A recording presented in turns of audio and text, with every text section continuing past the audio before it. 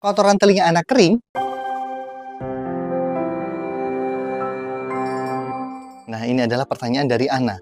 Pertanyaannya itu menanyakan kalau kotoran telinganya anaknya kering seperti serbuk. Walaupun menggumpal tetap kering. Nah, penyebabnya apa ya, Dok? Apakah berbahaya? Jawabannya, kotoran telinga kering ataupun basah itu bergantung masing-masing orang. Jadi tidak sama dengan satu dengan yang lainnya. Bukan berarti yang kering ada penyakit tertentu, yang basah ada penyakit tertentu. Jadi bisa karena faktor yang dibawa sejak lahir. Jadi kondisi ini tentu tidak berbahaya. Kalau memang ragu pada kondisi ini, misalkan berlebihan banget, mengganggu, sering infeksi, atau sering menyebabkan nyeri, atau malah ada gangguan pendengaran, itu wajib untuk dicek ke dokter. Karena nanti dokter akan melakukan evaluasi nih.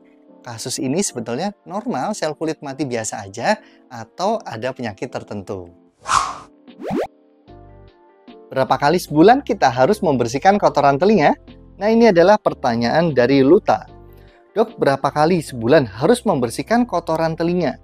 Kalau nggak dibersihin, malah membuat kotoran telinganya berkumpul lalu menutup lubang telinga, sampai menyebabkan suara tidak terdengar. Nah, kotoran telinga itu diproduksi sebetulnya ada fungsinya, yaitu untuk sistem proteksi, seperti untuk melembabkan liang telinga dan untuk mengatur pH telinga agar bakteri jamur tidak tumbuh di situ. Jadi kalau terlalu bersih tidak dianjurkan. Tapi apakah benar-benar nggak boleh dibersihin? Jawabannya masih boleh kok dibersihkan di rumah sendiri. Paling 2 minggu sekali atau sebulan sekali udah cukup. Tapi ada syaratnya, harus dibantu orang lain.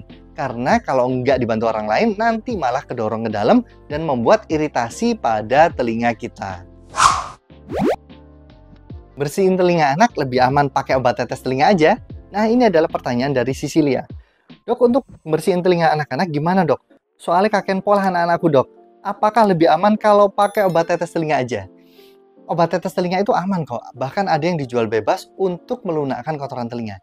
Tapi harus digunakan secara bijak. Dan harus dipastikan kotoran telinganya itu ada. Karena kalau misalkan nggak ada, itu malah bikin iritasi pada telinga anak. Bisa iritasi. Dan kalau misalkan lebih 2 hari ternyata kotoran telinganya masih ada, disarankan tetap ke dokter THT. Nah, untuk membersihkan ke dokter THT itu cukup 6 bulan sekali aja kok. Secara rutin saya sarankan dilakukan pada anak, karena anak-anak itu masih belum bisa mengeluh kalau ada penurunan pendengaran.